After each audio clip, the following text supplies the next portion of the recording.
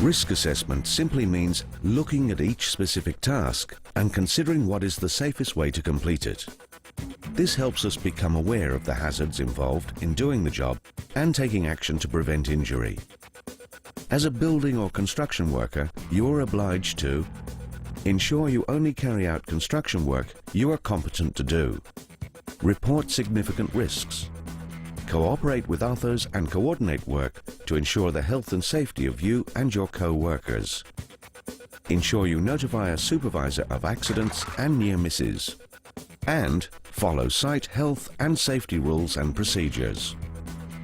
The aim is to develop a safety culture, communicating methods of work and ensuring everyone knows how to work safely every day. Before starting a task, it is essential to think of what is the safest and best way to do it. Documenting this helps in assessing the risks. There are 5 steps to completing a risk assessment. Document the activity. Assemble those involved in the activity and write down the tasks step by step. Identify the significant hazards. Next to each task, identify what part may cause injury to those doing the work or to anyone else nearby. Document the control measures. For each identified hazard, list the measures that need to be put in place to eliminate or minimize any likely risk of injury to those involved. Identify who is responsible. Document the name of the person responsible for implementing the control measure. And finally, monitor and review. Make sure the activity is supervised to ensure the documented process is being followed. The documentation should be reviewed whenever an activity changes, when there is a change of personnel, or after an appropriate length of time. This documentation provides a written record of the procedures to be used on a task. As it is a record that can be used in court, it should be signed off by the parties who have responsibility for the tasks. When risks are identified, control measures can be implemented and followed. These measures are known as the hierarchy of hazard controls. You must address each hazard with a solution from the hierarchy in the following order. Firstly, elimination, substitution, isolation, engineering controls, administrative controls, and personal protective equipment. Always address the hazard from the top down until the risk is eliminated or controlled. These control measures are often used in combination with each other. A hazard is something which, in context, has the potential to cause harm.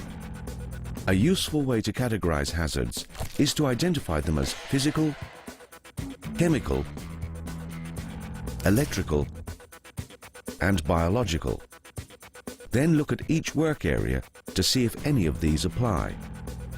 A more direct way to consider hazards is to look for scenarios that might occur. Some common construction-related hazards are falling from heights, trapped by something collapsing or overturning, and being struck by a vehicle. These hazardous situations are likely to cause sudden and acute injuries. There are other hazards that may cause chronic long-term harm that must also be identified, such as contact with harmful substances, dust and fumes, exposure to noise, and vibration from handheld tools. However hazards are identified, it is almost certain that for any one activity, there will be many hazards. Each one has to be risk-rated, as each will need to be covered by the range of control measures adopted. When you are risk assessing, you need to record your findings in a systematic way, showing a proper check has been made of the inherent hazards and the risk rating for each. You must also factor in other activities that are carried out concurrently. These other activities might create hazards or make the risk of some greater. In a full assessment, these other activities must be taken into account. While companies might issue guidelines for common activities, you must also conduct site-specific hazard identification. Why do you think it is important to follow the correct order in the hierarchy of hazard controls?